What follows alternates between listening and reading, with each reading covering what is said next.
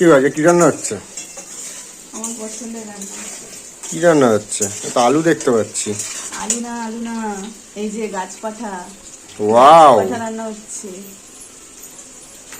আজকে আজকে সত্যি সত্যি গাছের খাসি হচ্ছে।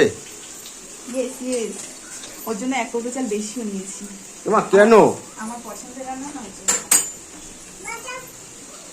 আর মামামের জন্য কি রান্না করছো? মামামের জন্য পাবদা মাছের ঝোল হবে। এই যে মাছ কই? বিনস আছে, গাজর আছে, রাঙা আলু আছে। ওর জন্য কোথায় কোথায় গেল আমার পাবদা মাছটা? এই যে পাবদা মাছের দিয়ে ঝোল করবো। তো তুমি খালি এঁচড় বলছো, এঁচড়ের সাথে তো চিংড়িও আছে। আছে আছে, আরে অল্প বলে চোখে দেখা যাচ্ছে না, আছে। আর কত চাল বেশি নাও, মানে আর কত চাল বেশি নাও। আমারও মনে হচ্ছে খিদেটা কেমন পেয়ে গেল জোর।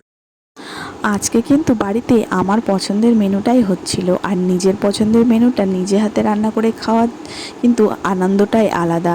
আমার তো আমি যেটা খেতে ভালোবাসি সেটা কিন্তু আমি নিজে রান্না করে খেতেই বেশি ভালোবাসি। কালকে শ্বশুরমশাই বাজার থেকে এঁচড় কিনে নিয়ে এসেছিলো, আর এঁচড়টা দেখা মাত্রই তো আমি লাফিয়ে উঠেছি, কারণ এঁচড় খেতে আমি ভীষণ পরিমাণে ভালোবাসি। এঁচড় যদি আমাকে কেউ সিদ্ধ করে দেয় তাও মনে হয় আমি খেয়ে নেব, আমি এতটাই এঁচড় খেতে ভালোবাসি। আর আমার মতন কে কে এঁচড় খেতে ভালোবাসো কমেন্ট করে জানিও। কিন্তু তখনই ভেবে নিয়েছিলাম কালকে এঁচড়টা আমিই রান্না করব, যার জন্য রাতেই না আমি এঁচড়টা কেটে রেখে দিয়েছিলাম। আর সকালবেলা ঘুম থেকে উঠেই বরকে টেনে তুলে বললাম যাও চিংড়ি মাছ নিয়ে আসো। বর বলল চিংড়ি মাছ আনতে পারবো না, টাকা নেই, শুধু এঁচড় রান্না করো। বরের কথা কে শোনে? এঁচড়ের সঙ্গে চিংড়ি মাছ না হলে জমে বলো? কোনো কথা না শুনেই বরকে বলে দিলাম আমি কিছু জানি না, যেখান থেকে হোক চিংড়ি মাছ তোমাকে আনতেই হবে। তো বর তো ভয় পেয়ে তাড়াতাড়ি চলে গেল বাজারে। তারপর বাজার থেকে অল্প কিছু চিংড়ি মাছ নিয়ে এসেছি। এদিকে কিন্তু আমার চিংড়ি মাছটা ভাজাও হয়ে গেছিলো, আর চিংড়ি মাছ ভাজা দেখে লোভ সামলাতে না পেরে এক টুকরো কিন্তু খেয়েও নিলাম। প্রথমে কিন্তু আমি কড়াইতে তেল দিয়ে আলুটা ভেজে নিয়েছিলাম, তারপরে চিংড়ি মাছটা ভেজে নিয়েছিলাম। সেই তেলের মধ্যে আমি আরও কিছুটা তেল দিয়ে তার মধ্যে জিরে আর তেজপাতা ফোড়ন দিয়ে পেঁয়াজ আর টমেটো দিয়ে ভালো করে কষিয়ে নিয়েছিলাম। সেই কষানো পেঁয়াজ আর টমেটোর মধ্যে দিয়ে দিলাম বাকি সব মশলার পেস্ট, তার মধ্যে ছিল আদা রসুন আর লঙ্কা। তারপরে সেটাকে ভালো করে কষিয়ে নিলাম। কষিয়ে নেওয়ার তার মধ্যে দিয়ে দিলাম জিরের গুঁড়ো আর লবণ, হলুদ আর ধনিয়ার গুঁড়ো। আর তার মধ্যে দেখো আমি কিন্তু অল্প একটু চিনিও দিয়ে দিয়েছিলাম। চিনিটা দিলে না রান্নার কালারটা খুব দারুণ হয়। আর আরেকটু কালারের জন্য আমি দিয়ে দিয়েছিলাম এখানে কাশ্মীরি লঙ্কার গুঁড়ো। আর আমার মশলাটা কিন্তু ভালো করে কষানোও হয়ে গেছিলো। আর ওদিকে আমি যে মিক্সির বাটিতে মশলা লেগেছিলো একটুও নষ্ট করিনি, তার মধ্যে একটু জল দিয়ে ভালো করে ধুয়ে মশলার মধ্যে দিয়ে মশলাটা আরও ভালো করে কষিয়ে নিয়েছিলাম। আর তারপরে দেখো আমি পুরো এঁচড়টা দিয়ে দিলাম। আর এঁচড়টা কিন্তু আমি আগে থেকে হালকা সিদ্ধ করে রেখেছিলাম। আর এখন আমি এঁচড়টা ভালো করে মশলার সঙ্গে কষিয়ে নেব।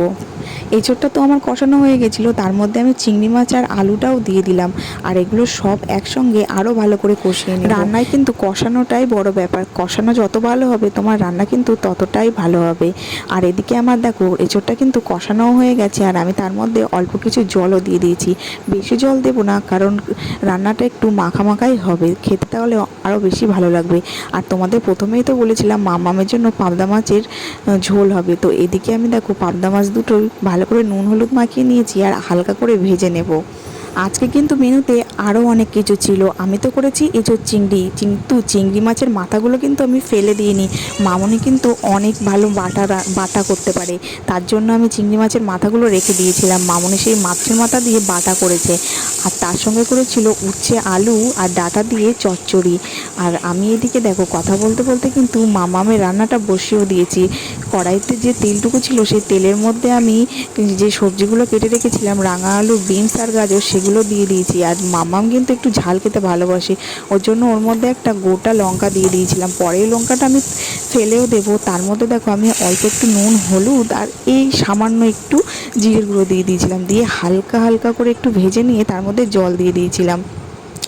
আর এদিকে আমার কথা বলতে বলতে এঁচোড়টাও হয়ে গেছে, আর তার মধ্যে আমি একটু গরম মশলা দিয়ে দেখো এঁচোড়টা নামিয়েও নিয়েছি। আর কতটা পরিমাণে তরকারিটা হয়েছে তোমরা আশা করি ভিডিওটা দেখেই বুঝতে পারছো। আর আমার তো তরকারিটা দেখেই জিভে জল চলে আসে, কি লোভনীয় তাই না, দেখলেই তো খেতে ইচ্ছা করে। আমার তো মনে হচ্ছিলো কখন আমি ভাতটা নিয়ে বসবো। আর এদিকে তো আমার মামামের রান্নাটাও হয়ে গেছিলো, তার মধ্যে আমি সেই মাছ দুটো দিয়ে দিয়েছিলাম। আর দেখো লঙ্কাটা কিন্তু আমি তুলে রেখে দিয়েছি। তো আমার মামামের রান্নাটাও কমপ্লিট। রান্না করার পরে এত গরম লাগছিল, তারপর হঠাৎ করে মনে পড়লো মা যে আমার জন্য আচার বানিয়ে নিয়ে এসেছিলো, যাই একটু আচার খাই। তারপর বাটিতে আমার মতন আমি একাই আচার নিয়ে বসে পড়লাম খাওয়ার জন্য। আর মামাম দেখো আচার খেতে গিয়ে মামামের সঙ্গে আমার ঝগড়াই বেড়ে গেল।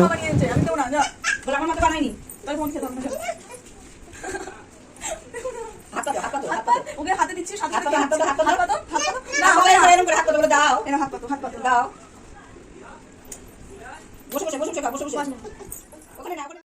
তারপর মামামকে স্নান করিয়ে নিজেও স্নান করে মামামের দুপুরের খাবারটা নিয়ে বসে পড়লাম। আর এইভাবে কিন্তু আমি মামামের ভাত আর সবজিটা ম্যাশ করেই খাওয়াই।